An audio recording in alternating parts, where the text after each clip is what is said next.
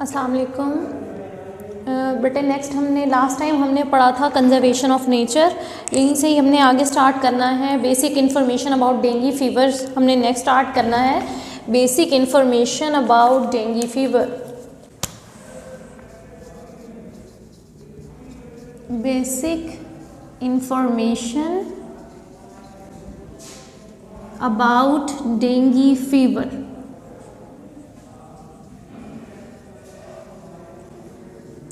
Dengue fever की basic information हमने देखनी है, ये हमारे स्मार्ट सिलेबस में इंक्लूडेड है बेटे।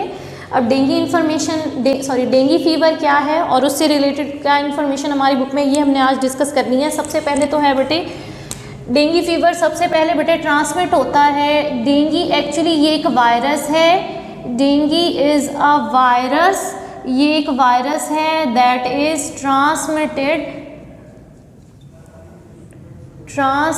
ये ट्रांसमिट होता है किसके ज़रिए? थ्रू एक मॉस्किटो है बेटे, उस मॉस्किटो के ज़रिए ये ट्रांसमिट होता है। मॉस्किटो का नाम है एडीज एजिप्टी। एक मॉस्किटो के ज़रिए ये ट्रांसमिट होता है और मॉस्किटो को हम क्या कहते हैं? Called Aedes aegypti. Aedes aegypti नाम है मॉस्किटो का जिसके ज़रिए ये ट्रांसमिट होता है। मैं एक बार फिर से रिपीट कर रही हूँ, डेंगू वायरस का नाम है और ये डेंगू वायरस ट्रांसमिट होता है एक मॉस्किटो के ज़रिए। मॉस्किटो का नाम है एडीज एजिप्टी। अब ये जैसे बेटे हम मलेरिया की एग्जाम्पल पहले पढ़ते थे कि जो मलेरिया है, मलेरिया होता किसकी वजह से है? प्लाज्मोडियम की वजह से मलेरिया होता है, लेकिन उसको जो कैरी करके ट्रांसमिट कर रहा है वो है मॉस्किटो। जैसे ही बेटे मॉस्किटो मलेरिया ट्रांसमिट कर रहा है, वैसे ही एडीज एजिप्टी ट्रांसमिट कर रहा है डेंगू वायरस को। अब इसमें होता क्या है? सबसे पहले तो बेटे रिसेंट एरा में जो डेंगू है ये एक बहुत बड़ी थ्रेटनिंग डिजीज़ बन गई है। डेंगू फीवर एक बहुत बड़ी थ्रेटनिंग डिजीज़ बन गई है in all the tropical and sub tropical countries. Dengue जो है बेटे it emerge a large population, ये इन्वेड कर रहा है, इट इन्वेड लार्ज पॉपुलेशन, ये लार्ज पॉपुलेशन को इन्वेड कर रहा है। कौन सी large population? In tropical and sub tropical countries including Pakistan. कई सारे कंट्रीज़ में tropical and sub tropical countries के अंदर डेंगू जो है बेटे ये बहुत प्रॉब्लम क्रिएट कर रहा है, इंक्लूडिंग पाकिस्तान। पाकिस्तान में भी ईयरली कई सारे ऐसे पेशेंट्स रिपोर्ट होते हैं जिनको डेंगू फीवर होता है। तो सबसे पहले तो ये एक इमर्जिंग प्रॉब्लम है।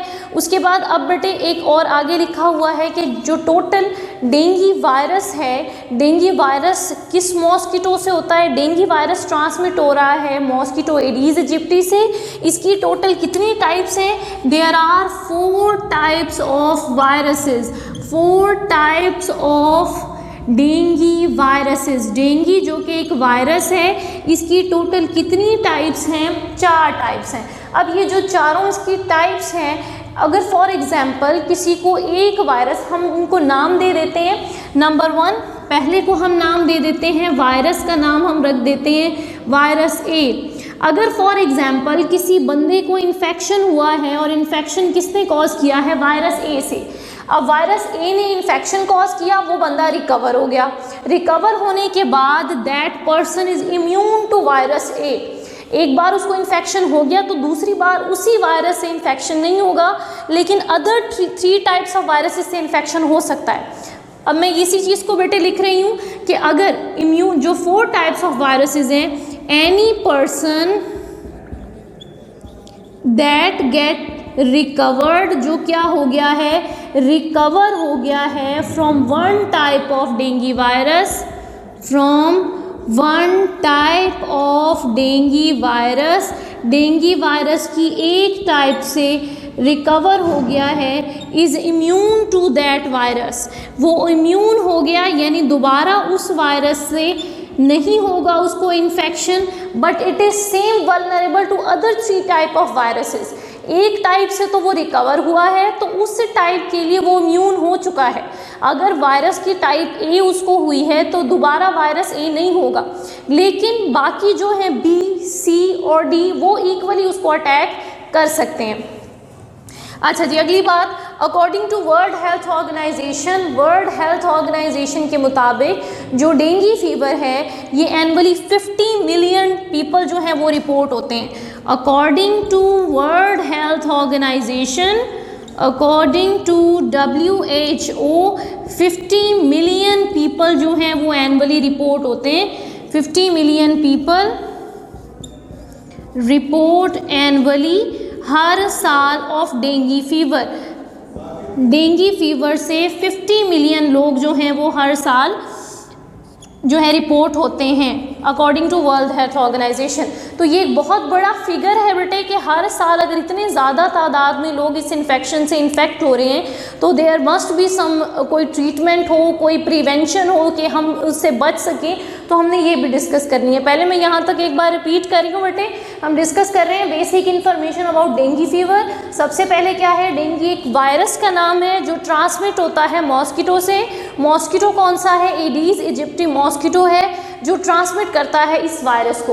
अब ये जो है डेंगू फीवर ये इन्वेड कर रहा है बहुत बड़ी पॉपुलेशन ट्रॉपिकल और सब ट्रॉपिकल कंट्रीज़ में इंक्लूडिंग पाकिस्तान। उसके बाद 4 मेजर टाइप्स के डेंगू वायरसेस हैं।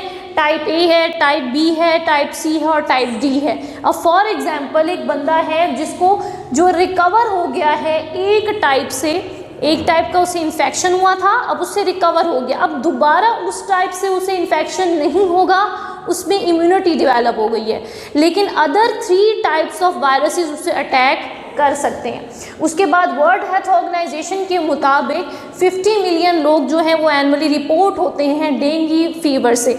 अब जो डेंगू फीवर है समटाइम्स डेंगू फीवर कन्वर्ट हो जाता है डेंगू हेमरेज फीवर में या फिर डेंगू शॉक सिंड्रोम में। हमने ये डिस्कस करना है कि जो डेंगू फीवर है why it is so dangerous, इसको इतना ज़्यादा ख़तरनाक फीवर क्यों कहा जाता है, इसकी प्रोग्नोसिस क्या है, इसका रिज़ल्ट क्या है, बॉडी पे इसका इफेक्ट क्या है। अच्छा जी, अब ये जो डेंगू फीवर है, dengue fever can converted into, ये कन्वर्ट हो सकता है किसके अंदर, 2 चीज़ों में। नंबर 1 डेंगू हेमरेज फीवर, या फिर इसे हम क्या कहेंगे, DHF कहेंगे, या फिर नंबर 2 डेंगू शॉक सिंड्रोम। 2 चीज़ों में ये कन्वर्ट हो सकता है, या तो डेंगू हेमरेज फीवर हो जाएगा या फिर डेंगू शॉक सिंड्रोम हो जाएगा। अब बेटे ये हमने पहले डिस्कस किया, सिंड्रोम उस बीमारी को कहते हैं जो मेजरली ज़्यादा ऑर्गन्स को अफेक्ट कर रही हो, हेड टू टो बॉडी को अफेक्ट कर रही हो। तो हमने ये डिस्कस करना है बेटे कि डेंगू फीवर अगर डेंगू हेमरेज फीवर बन जाए तो तब क्या होगा, या डेंगू शॉक सिंड्रोम बन जाए तो तब क्या होगा। पहले हम डिस्कस कर रहे हैं बेटे डेंगू हेमरेज फीवर यानी कि DHF। अब DHF में क्या होता है बेटे, सबसे पहले तो DHF में ब्लीडिंग होना शुरू हो जाती है। ब्लीडिंग किस तरह से कि जो बेटे ब्लड का कंपोजिशन है, ब्लड में क्या है, ब्लड में प्लाज्मा है, ब्लड के अंदर रेड ब्लड सेल्स हैं, वाइट ब्लड सेल्स हैं और उसके बाद प्लेटलेट्स हैं। अब ये सारी कंपोजिशन मेंटेन रहेगी तो बॉडी नॉर्मल फंक्शन करेगी, ब्लड नॉर्मली फ्लो करेगा। अगर डेंगू फीवर जो कि डेंगू वायरस है ये हमारी बॉडी में जाके हमारे ब्लड की कंपोजिशन को डिस्टर्ब करता है तो बाकी सारे के सारे इफेक्ट्स हमें नज़र आ रहे होते हैं। अब हमने ये डिस्कस करना है आगे कि ये जो इफेक्ट्स हैं ये क्या क्या हैं। अच्छा, सबसे पहले तो बेटे जो डेंगू वायरस है वो किस तरह से अटैक करता है। जो डेंगू वायरस है, फॉर एग्जांपल डेंगू वायरस सबसे पहले एंटर इनटू द बॉडी। ये हमारी बॉडी में एंटर कैसे हुआ, बाय बाइटिंग, कि किसने हमें बाइट किया, by biting of a mosquito, कि एक मॉस्किटो ने हमें बाइट किया है। कौन सा मॉस्किटो है, दैट इज एडीज इजिप्टी। उस मॉस्किटो ने हमें बाइट किया और उसके बाइट करने से जो डेंगू वायरस है वो हमारी बॉडी में आ गया। अब ये जो डेंगू वायरस है ये कहाँ जाके अटैक करेगा, डेंगू वायरस अटैक करेगा, नेक्स्ट पॉइंट में लिख रही हूँ बेटे, dengue virus attack on white blood cells, ये अटैक करेगा हमारे वाइट ब्लड सेल्स पे। अब वाइट ब्लड सेल्स पे अटैक क्यों करता है? क्योंकि ये वाइट ब्लड सेल्स में जाके अपनी कॉपीज़ बनाता है, डुप्लीकेट होता है। Attack on white blood cells and reproduce inside them. अब ये रिप्रोड्यूस होना शुरू हो जाएगा किसके अंदर? Inside white blood cells. White blood cells के अंदर अब ये रिप्रोड्यूस होना शुरू हो गया। अब जैसे ही बेटे वाइट ब्लड सेल्स के अंदर ये रिप्रोड्यूस होना शुरू हो जाएगा तो Aahista Aahista white blood cells की काउंट कम होना शुरू हो जाएगी। अब हम ये नॉर्मल हम डेंगू फीवर को डिस्कस कर रहे हैं कि ये हो गया डेंगू फीवर। अब now what is dengue haemorrhage fever? अब डेंगू हेमरेज फीवर में क्या होता है बेटे? डेंगू हेमरेज फीवर में जो डेंगू वायरस है, मैं इसका कलर चेंज कर रही हूँ कि आगे हम डिस्कस कर रहे हैं अब डेंगू हेमरेज फीवर। अब डेंगू हेमरेज फीवर में क्या है? समटाइम्स क्या होता है, जो डेंगू वायरस है ये अटैक करता है हमारे लिवर को। डेंगू वायरस ये किस पे अटैक करेगा? Attack on liver. ये लिवर के ऊपर अटैक करना स्टार्ट हो जाता है विच, और उसका अफेक्ट क्या होता है? Which decrease in platelets. Decrease in platelets, जिसकी वजह से हमारे जो प्लेटलेट्स हैं वो कम होना शुरू हो जाते हैं। अच्छा जी, अब पहले तो हम ये डिस्कस कर लेते हैं कि प्लेटलेट्स कम होने से क्या होता है। अगर बेटे हमारे बॉडी के प्लेटलेट्स कम हो गए, प्लेटलेट्स का काम क्या है? Platelets are the major blood clotting factors. Platelets हमारे ब्लड क्लॉटिंग फैक्टर हैं। अगर प्लेटलेट्स कम होना शुरू हो जाएंगे तो हमारी बॉडी में क्लॉट्स नहीं बनेंगे, पहली चीज़। यानी अगर कहीं पे कोई वूंड है, ज़ख़म है, कहीं से ब्लीडिंग होना शुरू हो जाती है तो प्लेटलेट्स वहाँ पे सील बना देते हैं, टेम्परेरी सील बना देते हैं, ब्लड लॉस नहीं होता। दूसरा काम क्या है प्लेटलेट्स का? प्लेटलेट्स का दूसरा काम है बेटे कि प्लेटलेट्स जो है it keep the blood inside the blood vessels. Platelets खून को गाढ़ा रखते हैं, खून को बिल्कुल थिन पतला नहीं होने देते। तो जो प्लेटलेट्स हैं ये हमारे ब्लड वेसल्स के अंदर ब्लड को मेंटेन करके रखते हैं। अगर प्लेटलेट्स निकलना शुरू हो जाए या प्लेटलेट्स काउंट कम हो जाए तो हमारा ब्लड लीक होना शुरू हो जाएगा, प्लाज्मा लीकेज स्टार्ट हो जाएगी। प्लाज्मा लीकेज किसे कहते हैं? कि blood start leaving the blood vessels, कि हमारी बॉडी के अंदर ही ब्लड जो कि ब्लड वेसल्स में फ़्लो करना चाहिए वो ब्लड वेसल से निकल के बॉडी के अंदर इंटरनली ब्लीड करना स्टार्ट कर देगा। तो डिक्रीज इन प्लेटलेट्स से क्या होगा? ब्लीडिंग होना स्टार्ट हो जाएगी, ब्लीडिंग हो जाएगी। एंड ब्लीडिंग के साथ साथ और क्या होगा? एंड प्लाज्मा लीकेज, और प्लाज्मा लीकेज होना शुरू हो जाएगा। प्लाज्मा लीकेज का क्या मतलब है? कि ब्लड के अंदर जो प्लाज्मा है वो ब्लड सेल्स से अलहदा होकर वेसल से बाहर निकलना शुरू हो जाएगा। तो ये है dengue haemorrhage fever. Dengue haemorrhage fever में क्या है कि डेंगू वायरस ने लिवर को अटैक किया, प्लेटलेट्स का काउंट कम कर दिया। अब उन प्लेटलेट्स के कम होने की वजह से प्लाज्मा लीकेज स्टार्ट हो गई और हमारी ब्लीडिंग डिसऑर्डर स्टार्ट होगी कि जहाँ भी कट लगेगा अब वहाँ पे टेम्परेरी सील नहीं बनेगा बल्कि ब्लड लॉस होना शुरू हो जाएगा। अच्छा जी, दूसरा हमने यहाँ लिखा है dengue shock syndrome, that is called DSS। अब DSS क्या है? डेंगू शॉक सिंड्रोम किसे कहते हैं हमने आगे ये डिस्कस करना है। Dengue shock syndrome DSS। अब DSS में क्या होता है बेटे?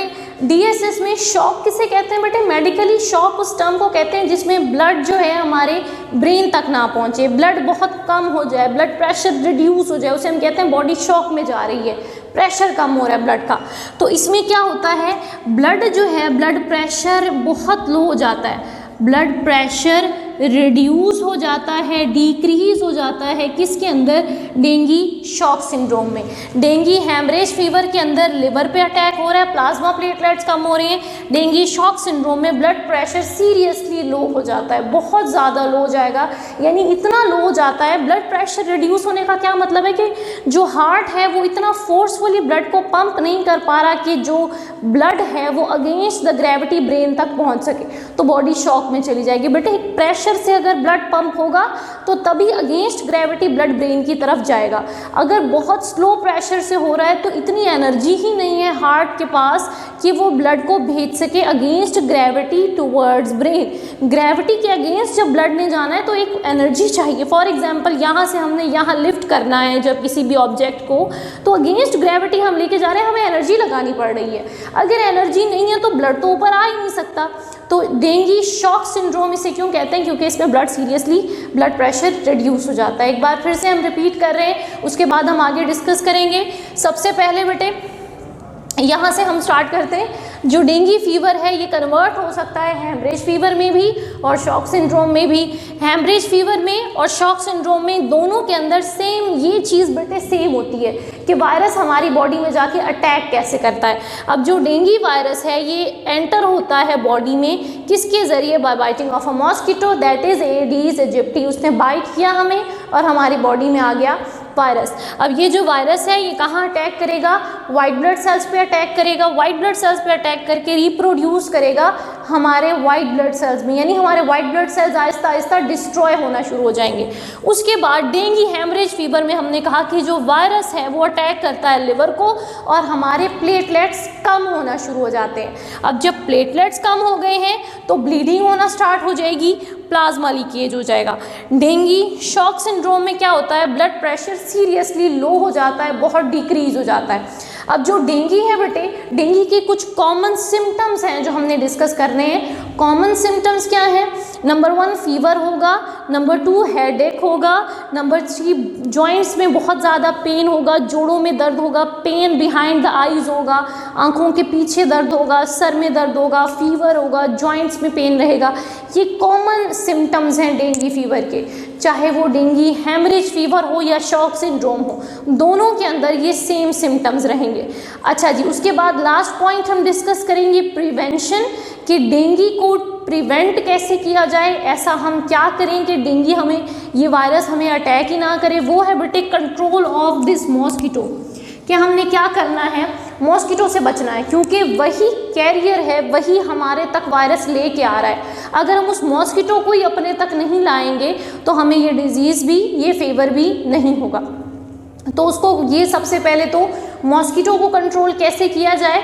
सबसे पहले तो बेटे ये जो मॉस्किटो है एडीज एजिप्टी, इसके जो लार्वे हैं, जो इसके एग्स हैं, वो कहाँ पे हैच होते हैं, कहाँ पे बनते हैं? वो बनते हैं बेटे उस जगह जहाँ पे पानी ठहरा हुआ हो। अब समटाइम्स हम पानी कंटेनर्स में स्टोर करते हैं तो ये वहाँ ग्रो करते हैं। हमने देखा होता है अक्सर शॉप्स पे जो ये व्हीकल के टायर्स हैं, उनके टायर्स के अंदर पानी ठहरा हुआ होता है, पानी उन्होंने स्टोर किया हुआ होता है, तो ये वहाँ पे ग्रो करते हैं। जहाँ पे भी पानी ठहरा हुआ होता है, चाहे बारिश के बाद पानी ठहर जाता है, ये वहाँ पे ग्रो करते हैं। तो सबसे पहले तो पानी कहीं भी ओपन जो वाटर है वो कहीं स्टोर ना करें, कि खुला पानी है, कंटेनर रख दिया बाहर, उसमें पानी पड़ा हुआ है, तो उन जगहों पे हम पानी ओपनली स्टोर ना करें। नंबर 2 दूसरा क्या है? दूसरा ऐसी मछलियाँ हैं, क्रेस्टेशियस हैं, जो इन अंडों को खा जाते हैं। तो अगर पानी कहीं पे है भी सही तो वहाँ पे ये वो फिशेस हम डाल दें जो इन एग्स को या इनके लार्वे को खा जाते हैं, तब भी ये मॉस्किटो हमारे नज़दीक बढ़ेंगे नहीं, स्प्रेड नहीं होंगे, ग्रो नहीं कर सकेंगे।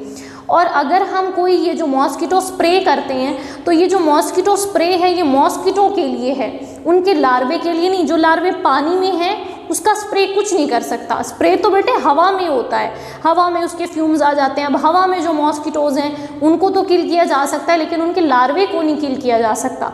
तो पानी कहीं भी स्टोर ना होने दें, ताकि ये जो वायरस है, ये जो मॉस्किटो है, यही ग्रो नहीं करेगा तो वायरस भी हम तक नहीं पहुँचेगा। यहाँ तक बेटे ये टॉपिक कंप्लीट हो गया और इसी के साथ हमने ये चैप्टर भी कंप्लीट कर दिया। नेक्स्ट इंशाल्लाह हम नेक्स्ट चैप्टर से स्टार्ट करेंगे।